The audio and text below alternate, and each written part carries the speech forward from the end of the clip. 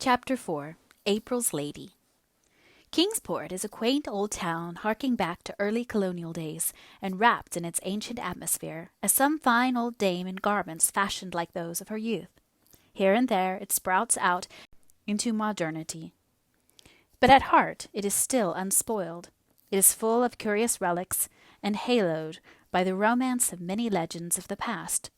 Once it was a mere frontier station on the fringe of the wilderness, and those were the days when Indians kept life from being monotonous to the settlers. Then it grew to be a bone of contention between the British and the French, being occupied now by the one and now by the other, emerging from each occupation with some fresh scar of battling nations branded on it. It has in its park a Martello Tower, autographed all over by tourists, a dismantled old French fort on the hills beyond the town, and several antiquated cannon in its public squares. It has other historic spots also, which may be hunted out by the curious, and none is more quaint and delightful than old St. John's Cemetery at the very core of the town, with streets of quiet old-time houses on two sides and busy, bustling, modern thoroughfares on the others. Every citizen of Kingsport feels a thrill of possessive pride in old St. John's, for if he be of any pretensions at all, he has an ancestor buried there, with a queer, crooked slab at his head, or else sprawling protectively over the grave on which all the main facts of his history are recorded. For the most part, no great art or skill was lavished on those old tombstones. The larger number are of roughly chiseled brown or gray native stone, and only in a few cases is there any attempt at ornamentation. Some are adorned with skull and crossbones, and this grisly decoration is frequently coupled with a cherub's head. Many are prostrate and in ruins. Into almost all time's tooth has been gnawing, until some inscriptions have been completely effaced, and others can only be deciphered with difficulty. The graveyard is very full and very bowery, for it is surrounded and intersected by rows of elms and willows, beneath whose shade the sleepers must lie very dreamlessly, forever crooned to by the winds and leaves over them, and quite undisturbed by the clamor of traffic just beyond. Anne took the first of many rambles in old St. John's the next afternoon. She and Priscilla had gone to Redmond in the forenoon and registered as students, after which there was nothing more to do that day. The girls gladly made their escape, for it was not exhilarating to be surrounded by crowds of strangers, most of whom had a rather alien appearance, as if not quite sure where they belonged. The freshettes stood about in detached groups of 2 or 3, looking askance at each other. The freshies, wiser in their day and generation, had banded themselves together on the big staircase of the entrance hall, where they were shouting out glees with all the vigor of youthful lungs, as a species of defiance to their traditional enemies, the sophomores, a few of whom were prowling loftily about, looking properly disdainful of the unlicked cubs in the stairs. Gilbert and Charlie were nowhere to be seen. "Little did I think the day would ever come when I'd be glad of the sight of a Sloane," said Priscilla as they crossed the campus. "But I'd welcome Charlie's goggle eyes almost ecstatically. At least they'd be familiar eyes." "Oh," sighed Anne, "I can't describe how I felt when I was standing there, waiting my turn to be registered. As insignificant as the teeniest drop in a most enormous bucket. It's bad enough to feel insignificant, but it's unbearable to have it grained into your soul that you will never, can never be anything but insignificant, and that is how I did feel, as if I were invisible to the naked eye and some of those sophs might step on me. I knew I would go down to my grave unwept, unhonored, and unsung." "Wait till next year," comforted Priscilla. "Then we'll be able to look as bored and sophisticated as any sophomore of them. No doubt it is rather dreadful to feel insignificant, but I think it's better than to feel as big and awkward as I did, as if I were sprawled all over Redmond. That's how I felt, I suppose because I was a good 2 inches taller than anyone else in the crowd. I wasn't afraid a soph might walk over me. I was afraid they'd take me for an elephant, or an overgrown sample of a potato-fed islander. I suppose the trouble is, we can't forgive big Redmond for not being little queens," said Anne, gathering about her shreds of her old cheerful philosophy to cover her nakedness of spirit. "When we left Queen's, we knew everybody had had a place of our own. I suppose we have been unconsciously expecting to take life up at Redmond, just where we left off at Queen's, and now we feel as if the ground has slipped from under our feet. I'm thankful that neither Mrs. Lynde nor Mrs. Elisha Wright know, or ever will know, my state of mind at present. They would exult in saying, "I told you so," and be convinced it was the beginning of the end, whereas it is just the end of the beginning. Exactly. That sounds more Annish. In a little while we'll be acclimated and acquainted, and all will be well. And did you notice the girl who stood alone just outside the door of the co-ed's dressing room all the morning? The pretty one with brown eyes and a crooked mouth? Yes, I did. I noticed her particularly because she seemed the only creature there who looked as lonely and friendless as I felt. I had you, but she had no one. I think she felt pretty all by herselfish, too. Several times I saw her make a motion, as if to cross over to us, but she never did it.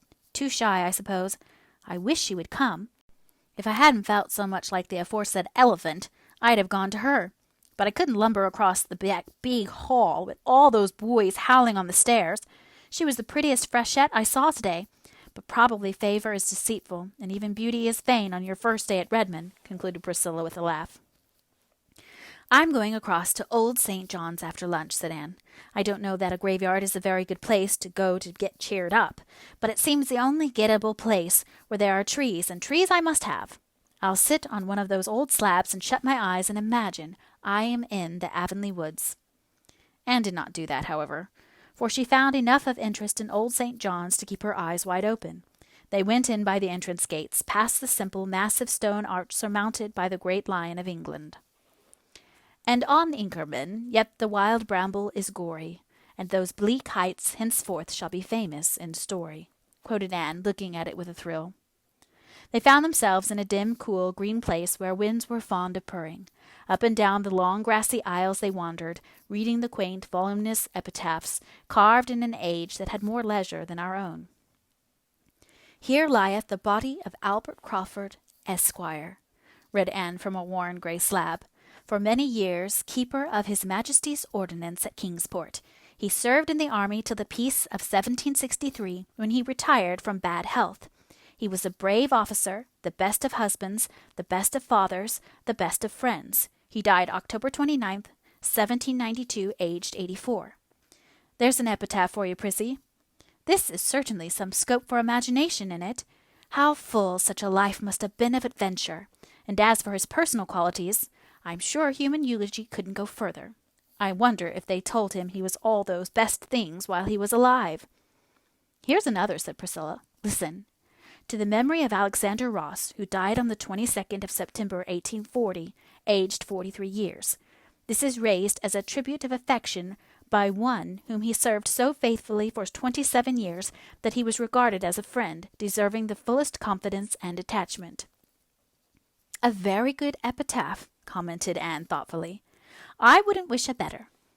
We are all servants of some sort, and if the fact that we are faithful can be truthfully inscribed on our tombstones, nothing more need be added. Here's a sorrowful little gravestone, Prissy, to the memory of a favorite child, and here is another, erected to the memory of one who was buried elsewhere. I wonder where that unknown grave is. Really, Priss, the graveyards of today will never be as interesting as this. You are right. I shall come here often. I love it already. I see we're not alone here. There's a girl down at the end of this avenue. Yes, and I believe it's the very girl we saw at Redmond this morning. I've been watching her for 5 minutes. She has started to come up the avenue exactly half a dozen times, and half a dozen times she has turned and gone back. Either she's dreadfully shy, or she has got something on her conscience. Let's go and meet her. It's easier to get acquainted in a graveyard than at Redmond, I believe. They walked down the long grassy arcade towards the stranger, who was sitting on a grey slab under an enormous willow. She was certainly very pretty, with a vivid, irregular, bewitching type of prettiness. There was a gloss, as of brown nuts, on her satin-smooth hair, and a soft, ripe glow on her round cheeks. Her eyes were big and brown and velvety, under oddly pointed black brows, and her crooked mouth was rose-red. She wore a smart brown suit, with 2 very modish little shoes peeping from beneath it, and her hat of dull pink straw, wreathed with golden-brown poppies, had the indefinable, unmistakable air which pertains to the creation of an artist in millinery. Priscilla had a sudden stinging consciousness that her own hat had been trimmed by her village store milliner, and Anne wondered uncomfortably if the blouse she had made herself, and which Mrs. Lynde had fitted, looked very countrified and home-made besides the stranger's smart attire. For a moment both girls felt like turning back. But they had already stopped and turned towards the gray slab. It was too late to retreat, for the brown-eyed girl had evidently concluded that they were coming to speak to her. Instantly she sprang up and came forward with outstretched hand and a gay, friendly smile in which there seemed not a shadow of either shyness or burdened conscience. "Oh, I want to know who you two girls are," she exclaimed eagerly. "I've been dying to know. I saw you at Redmond this morning. Say, wasn't it awful there? For the time I wished I had stayed home and got married." Anne and Priscilla had broke into unconstrained laughter at this unexpected conclusion. The brown-eyed girl laughed too. "I really did. I could have, you know. Come, let's all sit down on this gravestone and get acquainted. It won't be hard. I know we're going to adore each other. I knew it as soon as I saw you at Redmond this morning. I wanted so much to go right over and hug you both." "Why didn't you?" asked Priscilla. "Because I simply couldn't make up my mind to do it. I never can make up my mind about anything myself. I'm always afflicted with indecision. Just as soon as I decide to do something, I feel in my bones that another course would be the correct one. It's a dreadful misfortune, but I was born that way, and there is no use in blaming me for it, as some people do. So I couldn't make up my mind to go and speak to you, much as I wanted to." "We thought you were too shy," said Anne. "No, no, dear. Shyness isn't among the many failings or virtues of Philippa Gordon. Phil for short. Do call me Phil right off. Now, what are your handles?" "She's Priscilla Grant," said Anne, pointing. "And she's Anne Shirley," said Priscilla, pointing in turn. "And we're from the island," said both together. "I hail from Bollingsbrook, Nova Scotia," said Philippa. "Bolingbroke?" exclaimed Anne. "Why, that is where I was born." "Do you really mean it? Why, that makes you a blue nose after all." "No, it doesn't," retorted Anne. "Wasn't it Dan O'Connell who said that if a man was born in a stable, it didn't make him a horse? I'm island to the core." "Well, I'm glad you were born in Bolingbroke anyway. It makes us kind of neighbors, doesn't it? And I like that, because when I tell you secrets, it won't be as if I were telling them to a stranger. I have to tell them. I can't keep secrets. It's no use to try. That's my worst failing. That and indecision, as aforesaid. Would you believe it? It took me half an hour to decide which hat to wear when I was coming here. Here, to a graveyard. At first I inclined to my brown one with the feather, but as soon as I put it on, I thought this pink one with the floppy brim would be more becoming. When I got it pinned in place, I liked the brown one better. At last I put them close together on the bed, shut my eyes, and jabbed with a hat pin. The pin speared the pink one, so I put it on. It is becoming, isn't it? Tell me, what do you think of my looks?" At this naive demand, made in a perfectly serious tone, Priscilla laughed again, but Anne said, impulsively squeezing Philippa's hand, "We thought this morning that you were the prettiest girl we saw at Redmond." Philippa's crooked mouth flashed into a bewitching crooked smile over very white little teeth. "I thought that myself," was her next astounding statement. "But I wanted someone else's opinion to bolster mine up. I can't decide even on my own appearance. Just as soon as I've decided that I'm pretty, I begin to feel miserably that I'm not. Besides, have a horrible old great-aunt who is always saying to me with a mournful sigh, 'You were such a pretty baby. It's strange how children change when they grow up.' I adore aunts, but I detest great-aunts. Please tell me quite often that I am pretty, if you don't mind.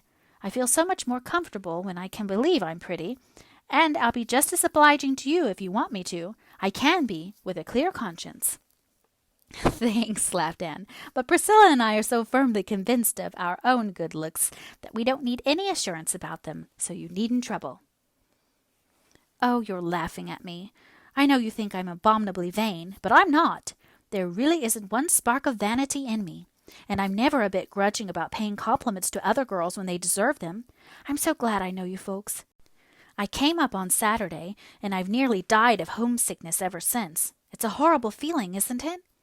In Bolingbroke, I'm an important personage, and in Kingsport, I'm just nobody. There were times when I could feel my soul turning a delicate blue. Where do you hang out?" 38 St. John Street. "Better and better. Why, I'm just around the corner on Wallace Street. I don't like my boarding house, though. It's bleak and lonesome, and my room looks out on such an unholy backyard. It's the ugliest place in the world. As for cats, well, surely all the Kingsport cats can't congregate there at night, but half of them must. I adore cats on hearthrugs, snoozing before nice friendly fires, but cats in backyards at midnight are totally different animals. The first night I was here I cried all night, and so did the cats. You should have seen my nose in the morning. How I wished I had never left home."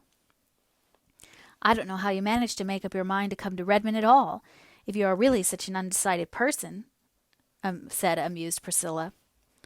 "Bless your heart, honey, I didn't. It was Father who wanted me to come here. His heart was set on it. Why, I don't know. It seems perfectly ridiculous to think of me studying for a B.A. degree, doesn't it? Not but what I can do it all right. I have heaps of brains." "Oh," said Priscilla vaguely.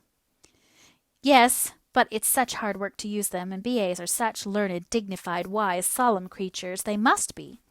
No, I didn't want to come to Redmond. I did it just to oblige Father. He is such a duck. Besides, I knew if I stayed home I'd have to get married. Mother wanted that, wanted it decidedly. Mother has plenty of decisions. But I really hated the thought of being married for a few years yet. I want to have heaps of fun before I settle down. And, ridiculous as the idea of my being a B.A. is, the idea of my being an old married woman is still more absurd, isn't it? I'm only 18. No, I concluded, I would rather come to Redmond than be married. Besides, how could I ever have made up my mind which man to marry?" "Were there so many?" laughed Anne. "Heaps. The boys like me awfully, they really do. But there were only 2 that mattered. The rest were all too young and too poor. I must marry a rich man, you know." "Why must you?" "Honey, you couldn't imagine me being a poor man's wife, could you? I can't do a single useful thing, and I am very extravagant. Oh, no, my husband must have heaps of money. So that narrowed them down to 2. But I couldn't decide between 2 any easier than between 200. I knew perfectly well that whichever one I chose I'd regret all my life that I hadn't married the other." "Didn't you love either of them?" asked Anne a little hesitatingly. It was not easy for her to speak to a stranger of the great mystery and transformation of life. "Goodness, no, I couldn't love anybody. It isn't in me. Besides, I wouldn't want to. Being in love makes you a perfect slave, I think. And it would give a man such power to hurt you. I'd be afraid. No, Alec and Alonzo are 2 dear boys, and I like them both so much that I really don't know which I like the better. That is the trouble. Alec is the best looking, of course, and I simply couldn't marry a man who wasn't handsome. He is good-tempered, too, and has lovely curly black hair. He's rather too perfect. I don't believe I'd like a perfect husband, somebody I could never find fault with." "Then why not marry Alonzo?" asked Priscilla gravely. "Think of marrying a name like Alonzo," said Phil dolefully. "I don't believe I could endure it. But he has a classic nose, and it would be a comfort to have a nose in the family that could be depended upon. I can't depend on mine. So far it takes after the Gordon pattern. But I'm so afraid it will develop Byrne tendencies as I grow older. I examine it every day anxiously to make sure it's still Gordon. Mother was a Byrne, and has the Byrne nose in the Byrnest degree. Wait till you see it. I adore nice noses. Your nose is awfully nice, Anne Shirley. Alonzo's nose nearly turned the balance in his favor. But Alonzo! No, I couldn't decide. If I could have done as I did with the hats, stood them both up together, shut my eyes, and jabbed with a hat pin, it would have been quite easy." "What did Alec and Alonzo feel like when you came away?" queried Priscilla. "Oh, they still have hope. I told them they'd have to wait till I could make up my mind. They're quite willing to wait. They both worship me, you know. Meanwhile, I intend to have a good time. I expect I shall have heaps of beaux at Redmond. I can't be happy unless I have, you know. But don't you think the freshmen are fearfully homely? I saw only one really handsome fellow among them. He went away before you came. I heard his chum call him Gilbert. His chum had eyes that stuck out that far. But you're not going yet, girls. Don't go yet." "I think we must," said Anne rather coldly. "It's getting late, and I've some work to do." "But you'll both come to see me, won't you?" asked Philippa, getting up and putting an arm around each. "And let me come to see you. I want to be chummy with you. I've taken such a fancy to you both, and I haven't quite disgusted you with my frivolity, have I?" "Not quite," laughed Anne, responding to Phil's squeeze with a return of cordiality. "Because I'm not half so silly as I seem on the surface, you know. You just accept Philippa Gordon, as the Lord made her, with all her faults, and I believe you'll come to like her. Isn't this graveyard a sweet place? I'd love to be buried here. Here's a grave I didn't see before. This one in the iron railing. Oh, girls, look, see. The stone says it's the grave of a middy who was killed in the fight between the Shannon and the Chesapeake. Just fancy." Anne paused by the railing and looked at the worn stone, her pulses thrilling with sudden excitement. The old graveyard, with its overarching trees and long aisles of shadows, faded from her sight.